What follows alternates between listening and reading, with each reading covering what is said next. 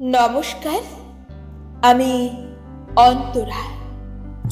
সরস্বতী পুজো উপলক্ষে আমার আজকের নিবেদন আমার গুরু কবি জয়দেব দাসের একটি মজার কবিতা হাবুর বুদ্ধি।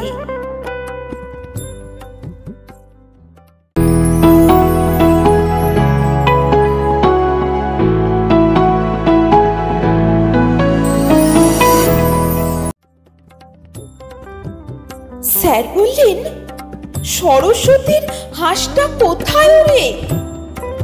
বলল হাবু, রাস্তা খারাপ, ভেঙে গেছে পড়ে।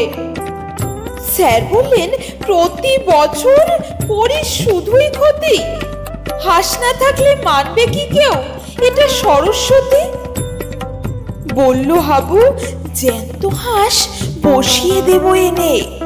বুঝবে না স্যার, ইউনিক বলে সবাই নেবে মেনে।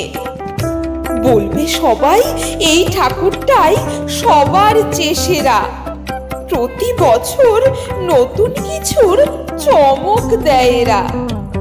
দেখবেন স্যার, জ্যান্ত হাঁস ডাকবে যখন প্যাক প্যাকা প্যাক প্যাক প্যাক, হাততালি খুব পড়বে তখন, বলবে ও দেখ দেখ দেখ।